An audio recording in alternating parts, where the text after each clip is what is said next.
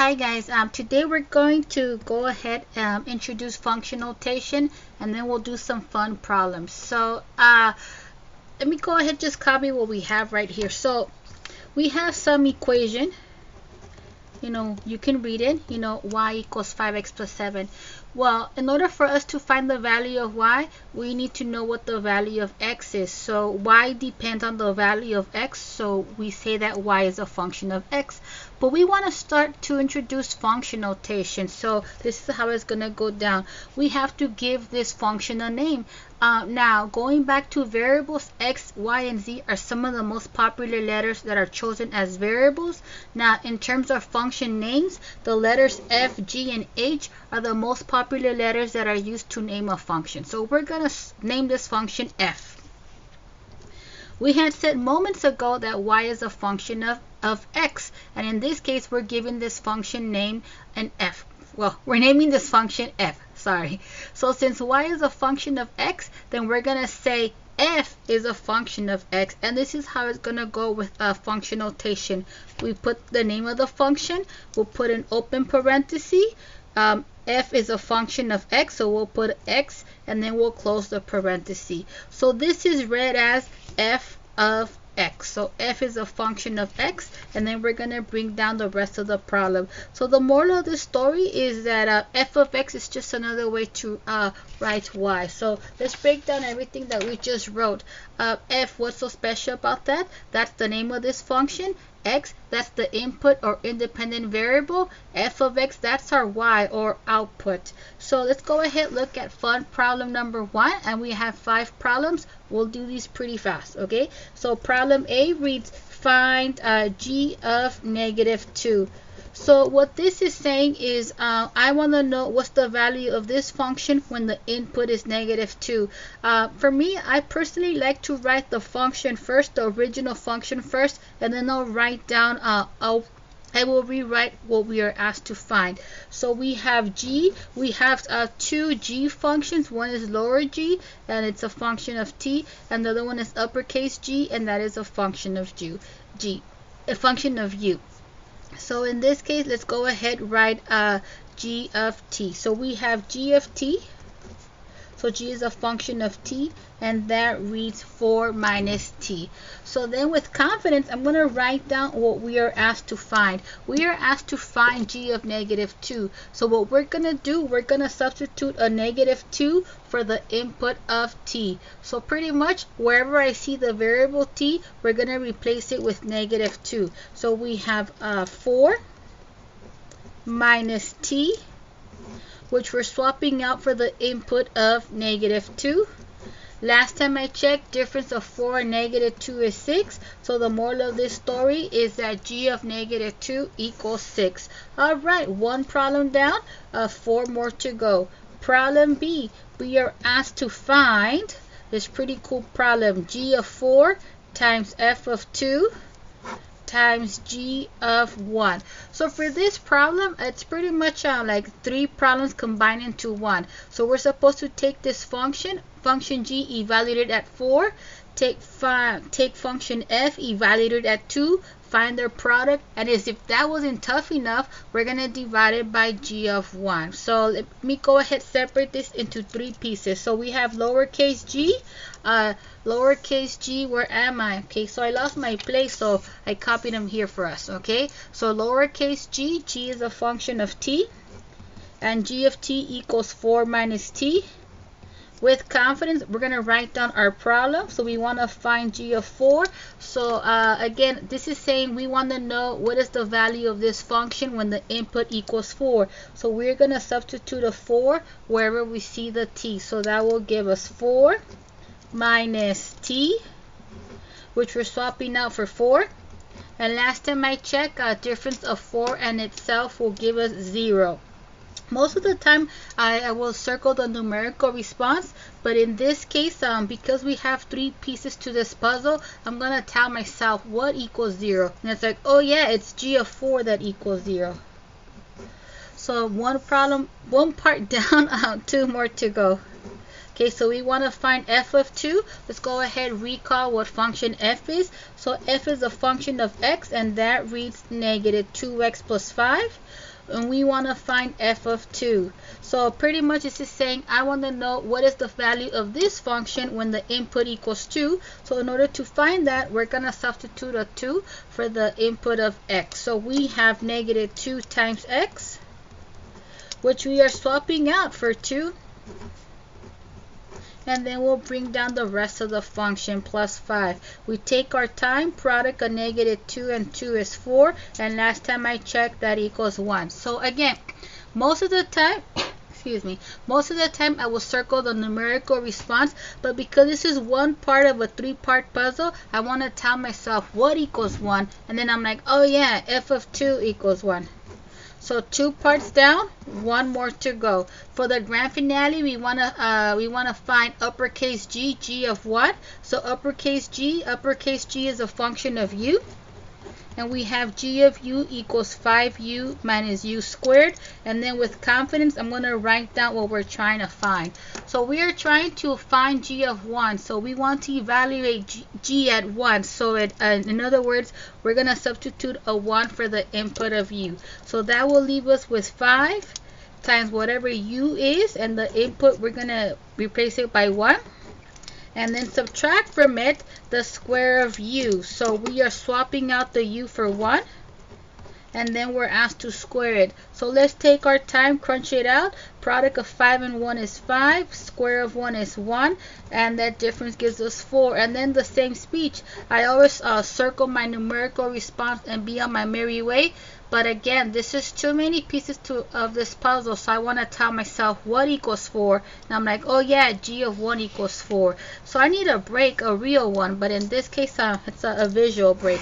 So I'm going to go ahead and write down the problem. So we wanted to find g of 4 times f of 2 over uppercase g of 1.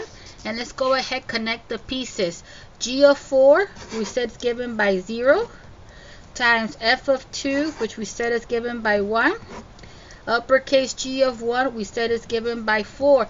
Product of 0 and 1 is 0. Quotient of 0 and 4 is 0. So after all that work, we just get 0. It's a 0, but there goes our full credit. So let me get a sheet of paper and I'll be right back.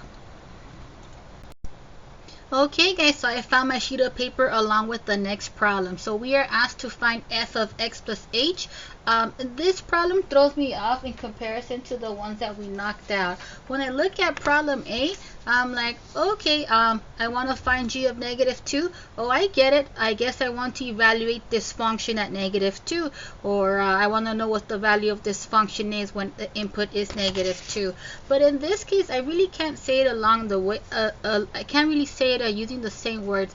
In mathematics, sometimes it's important to write one function in terms of a different variable or variables, or in this case expression. But we're gonna go around at the same route. I want to know what do I get when I take this function and replace it with the input of x plus h. So let's do it. So like the other two problems, we're gonna start off by writing the original function f. F is a function of x. And f of x equals negative 2x plus 5. So with confidence, we're going to go ahead and write what we want to find, and then go ahead do the math, crunch it out. So we want to find f of x plus h. So in this case, we are going to substitute the expression x plus h for the input of x. So wherever we see an x, we're going to replace it with x plus h. Sorry about that, my hand slipped. Okay, so that will give us negative 2 times x, which we're replacing with x plus h, and then we're gonna go ahead add 5 to it. So that's pretty much it. Let's go ahead simplify this expression. When we distribute the negative 2, that will give us negative 2 minus 2h, and we'll bring down the rest of the problem. Last time I checked, negative 2x, 2h, and 5 are not like terms, so that's it. So that was pretty cool, but I have a cooler problem for you. So let's go ahead, knock out D, and then wrap it up with E. We're almost done, guys. So we want to find f of x minus f of a, and if that wasn't fun enough, we're going to go ahead, divide it by x minus a. So there are going to be two parts to this puzzle, or I can say 3. The first one is to find f of x. The second one is to find f of a. Then we're gonna subtract, and if that wasn't tough enough, we're gonna go ahead take the quotient or divide it by x minus a. So we have f of something. Let's go ahead write down a function f. So f is a function of x, and f of x equals negative 2x plus 5. That's it. Well, we got the first part. Let's go ahead find f of a. Okay, so to find f of a, we are gonna substitute a for the input of x. So that will leave us with negative 2 times x, which we're swapping out for a, plus 5. And that's pretty much it. We can't simplify it. So we found f of x, we found f of a. Let's go ahead bring this together. Okay, so we have f of x minus f of a over x minus a. I'm just writing the problem over. So f of x, thanks to our hard work, we know that gives us negative 2x plus 5. And then we're going to subtract from it f of a. Thanks to our hard work, that gives us negative 2a plus 5. The popular mistake is that students just bring down the subtraction sign and then bring down the rest of the expression, or in this case function. But in this case, because we're subtracting more than one term, it is important that you wrap it up.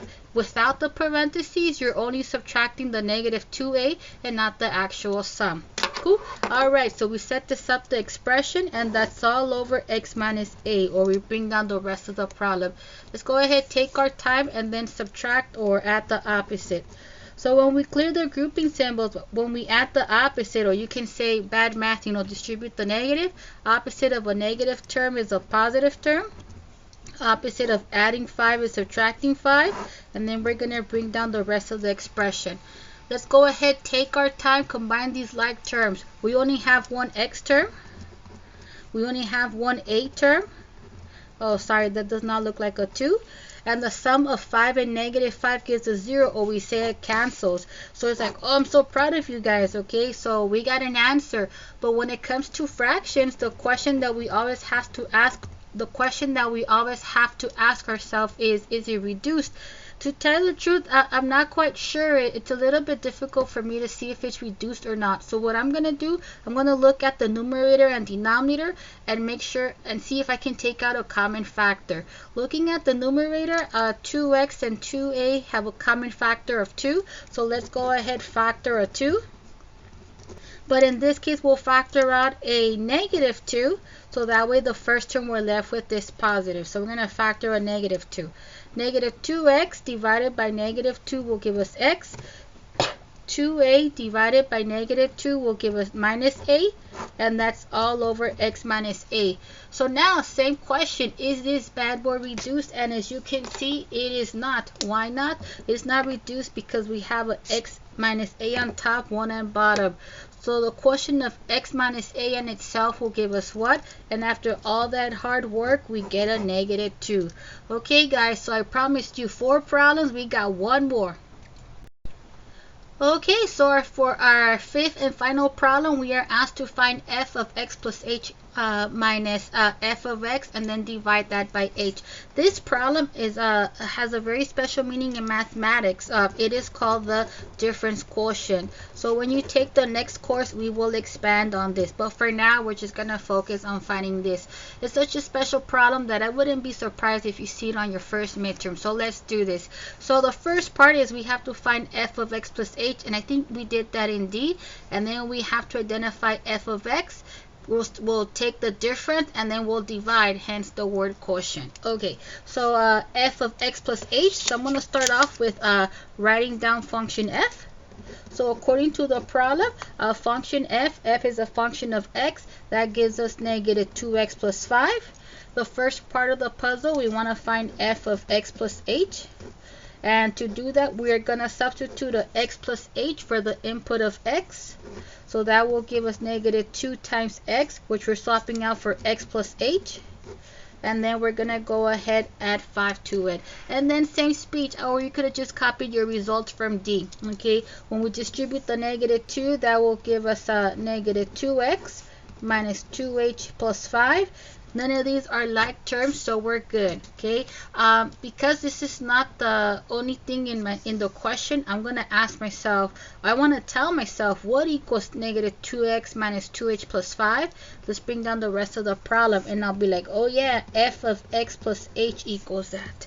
Then we want to find f of x, but that's just original function, so we have what we need. So let me go ahead, write down the problem again.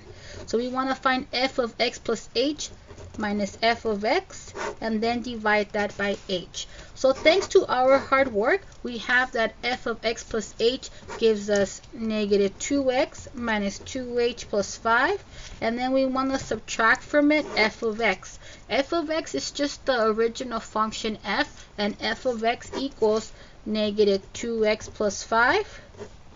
And then bringing down the rest of the problem, we'll divide that by h. So let's take our time, simplify the numerator, and then we'll handle it. We'll divide by h. So we have negative 2x minus 2h plus 5, and then we're going to go ahead apply the rule for subtraction. So we'll add the opposite. Opposite of a negative term is a positive term. Opposite of a positive term is a negative term. And if you don't like that opposite thing, then bad math, we'll distribute the negative. No one's gonna know, trust me. All right, so let's go ahead, bring down our numerator after we combine the like terms. We have only one x term, so I guess we're good. We don't only have one x term. Oh, I can't read my own writing. This is the importance of sleeping. Last time I saw this is x, and that should be x.